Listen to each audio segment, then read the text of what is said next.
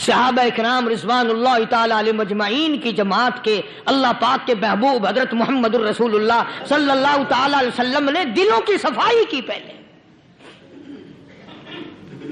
پہلے لوگ جھونپڑیوں میں کچے کوٹھوں میں رہتے تھے, نہ اتنی صفائی تھی نہ اتنی ترقی تھی. آج برتنوں کی صفائی دیکھو, کپڑوں کی صفائی دیکھو, مکان کی صفائی دیکھو, رات دن بس اسی دھندے میں لگے ہوئے. سارا دن برتن دھونے سے فرصت نہیں, سارا دن کپڑوں کے بناؤ اور سنوار میں فرصت نہیں. تو اللہ والے ایسے موقع پر بڑی عجیب بات کہتے ہیں, وہی مجذوب ہے.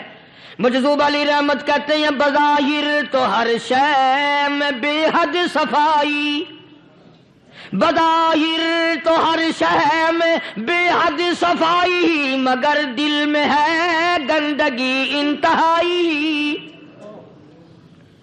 بظاہر تو ہر شے میں چہرے کی صفائی, بدن کی صفائی, نہ جانے کتنی قسم کا صابن ہے, نہ جانے کتنی قسم کے پاؤڈر ہیں, نہ جانے کتنی قسم کے شیمپو ہیں, نہ جانے کتنی قسم کے کپڑے ہیں, کیا چال ڈھال ہے, کیا نئے نئے ڈیزائن ہے. مجذوب کہتا سب کچھ دیکھ لیا, بظاہر تو ہر شے میں بے حد صفائی, مگر دل میں ہے گندگی انتہائی. جس یار کی بیٹھک میں بیٹھ کے کھانا کھایا, جس رشتہ دار کی بیٹھک میں بیٹھ کے کھانا کھایا, اسی کی بہن کو دیکھ کر آبرو پہ ڈاکہ ڈالنے کا پروگرام ہے. جس دوست کے گھر میں بیٹھ کے کھانا کھایا, اسی دوست کی بیوی کی عزت لوٹنے کا پروگرام ہے. پرانے زمانے میں اب بھی دلی جیسے شہر میں اگر دعوت کی جاتی ہے تو وہاں ایک تشتری میں نمک آتا ہے سب سے پہلے. عرب میں بھی دستور تھا پرانے زمانے میں, اگر کوئی دعوت کرتا, کوئی تقریب کرتا, سب سے پہلے نمک آتا تھا. ایک ایک انگلی ہر شخص نمک چاٹتا تھا. کیا مطلب؟ جس نے نمک چاٹ لیا اب وہ نمک حرامی نہیں بنے گا. اس گھر میں چوری کرنا, اس گھر کی آبرو کا غلط تصور لانا, اس گھر کے مال میں خیانت کرنا وہ حرام سمجھتا تھا جس گھر کا میں نے نمک چکھ لیا. اور مسلمانوں کی بات نہیں, ہندوؤں کی بھی یہ باتیں تھی. مولانا محمد علی صاحب جلندری سب قید رحمت اللہ علیہ فرمایا کرتے تھے کہ ایک سکھ تھا بہت بڑا ڈاکو, مسلمان اور ہندو مل کر اس کو ساتھ ملا کر کے لے گئے کہ یہاں اس گاؤں میں, اس پنڈ میں ڈاکہ ڈالے. سفر کر کے گئے, تکلیف اٹھا کے گئے. اس سکھ ڈاکو نے پوچھ لیا کہ یہ کون سا گاؤں ہے کہ یہ فلانا ہے. اچھا سارے کے سارے یہ تلاش کرو, یہ سوچ بچار کرو, اپنے پنڈ کی, اپنے علاقے کی, کسی مسلمان کی, کسی ہندو کی, کسی سکھ کی, کسی چوڑے چمار کی اس گاؤں میں لڑکی تو نہیں. ہمارے یہاں سے کوئی لڑکی تو شادی ہو کے یہاں نہیں آئی ہوئی.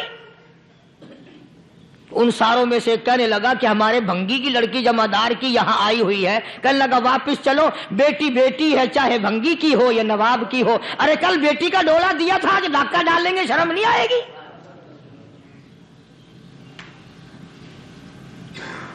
آج وہ تصور کہاں چلے گئے؟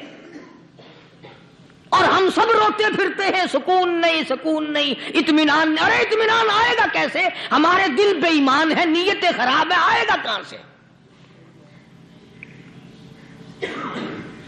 صحابہ کرام رضوان اللہ تعالی علیہم اجمعین کی جماعت نے اس قدر اس بات پہ محنت کی اور کوشش کی کہ غلط لقمہ بھی پیٹ کے اندر نہ چلا جائے.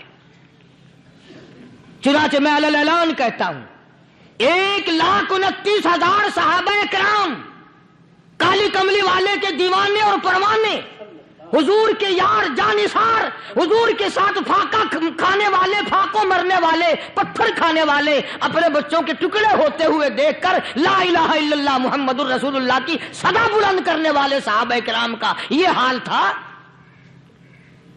پیدل سفر کر کے جاتے تھے یہودی عیسائی, شام نکل گئے, فلسطین نکل گئے, ہندوستان آ گئے, 2 سال لگ جاتے تھے.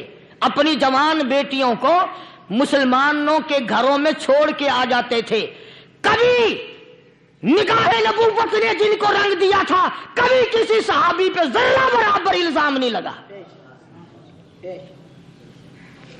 ان یہودیوں کا، ان عیسائیوں کا یہ عقیدہ تھا کہ محمد صلی اللہ علیہ وسلم کے جو غلام ہیں ان کی نگاہ بھی پاک ہے، ان کے دل بھی پاک ہیں، ان کے ارادے بھی پاک ہیں، ان کے ہاتھ بھی پاک ہیں.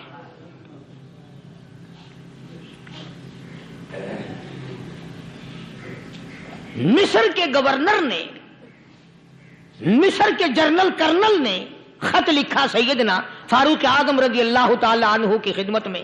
دور خلافت ہے حضرت فاروق اعظم کا. کیا خط لکھا کہ حضور مجھے کافی وقت گزر گیا ہے اور فلاں علاقے میں آپ کے حکم سے ہم نے جانا ہے اور راستہ صرف ایک ہے اور اس راستے میں جال بچھا دیا گیا.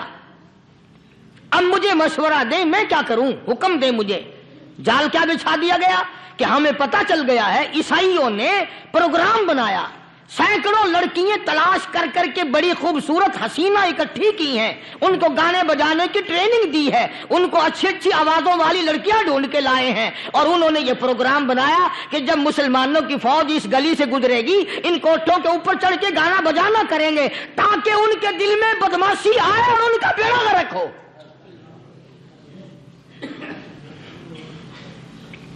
کبھی کافر کا یہ عقیدہ تھا کہ مسلمان کا دل بگڑا تو یہ گیا، اس کی نیت میں خرابی آئی اور یہ تباہ ہوا. جناب فاروق اعظم رضی اللہ تعالی عنہ نے اسے یہ خط نہیں لکھا کہ تو قرآن پڑھا کر، تو نفل پڑھا کر.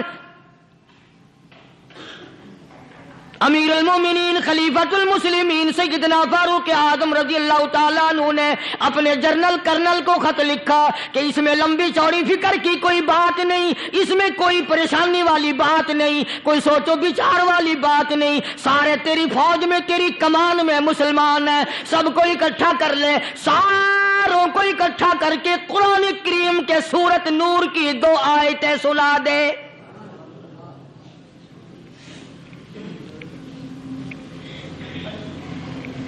یہ بھی نہیں فرمایا کہ سزا سناؤ، اتنے کوڑے لگیں گے، جو خلاف کرے گا یوں قید ہوگی، یہ کورٹ مارشل کر دیا جائے گا، کچھ نہیں.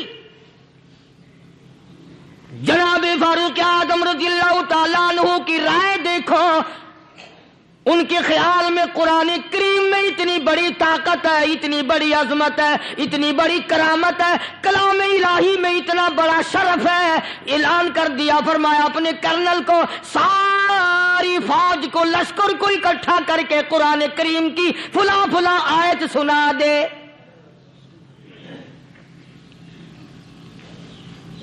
اور اس کے بعد بے دھڑک فوج کو، لشکر کو اسی راستے سے گزار کے لے جا، بے دھڑک لے جا. ہائے کبھی قرآن کی 2 آیتوں سے کام بن جاتا تھا، اب سارے قرآن سے میرا تیرا کام نہیں بنتا. قصور قرآن کا نہیں ہے، یہ میرا تیرا ہے. یہ تو اتنی وفادار کلام ہے، اتنی پاک کلام ہے، خدا کی قسم. ہزاروں رجسٹروں کے گتے، ہزاروں چائے کے ڈبے، ہزاروں مٹھائی کے ڈبے، لاکھوں کروڑوں دوائیوں کے ڈبے گندے نالوں پہ، کوڑیوں پہ، روڑیوں پہ پڑے ہیں، اور جس گتے نے قرآن کے ساتھ یاری لگا لی، خدا کی قسم کوئی آدمی بغیر وضو اس گتے کو بھی ہاتھ نہیں لگا سکتا. ہزاروں نہیں، لاکھوں کپڑے مارکیٹ میں پڑے، پر جس کپڑے نے قرآن سے یاری لگا لی، جو کپڑا جسدان بن کر قرآن پہ چڑھ گیا، لوگ اس کو بھی چومتے ہیں اور چومنا چاہیے. یارو کپڑے نے قرآن سے یاری لگائی تو کپڑا عظمت والا بن گیا، گتے نے یاری لگا لی تو گتا بن گیا. ہزاروں قسم کے کاغذات روزانہ ذلیل ہوتے پھرتے ہیں، جس کاغذ پہ قرآن لکھا گیا وہ عظمت پا گیا، جس سیاہی سے قرآن لکھا گیا وہ سیاہی عظمت والی بن گئی. ارے اگر مسلمان قرآن کو اپنے اندر پیدا کر لے، اس کی عظمت کو بسا لے، اس کو اپنا لاہ عمل بنا لے، اس کو اپنے سر پہ رکھ لے، تو کیا یہ بندہ قرآن کے ساتھ وفاداری کرے تو قرآن کیا خیال ہے قرآن بے وفائی کر دے گا؟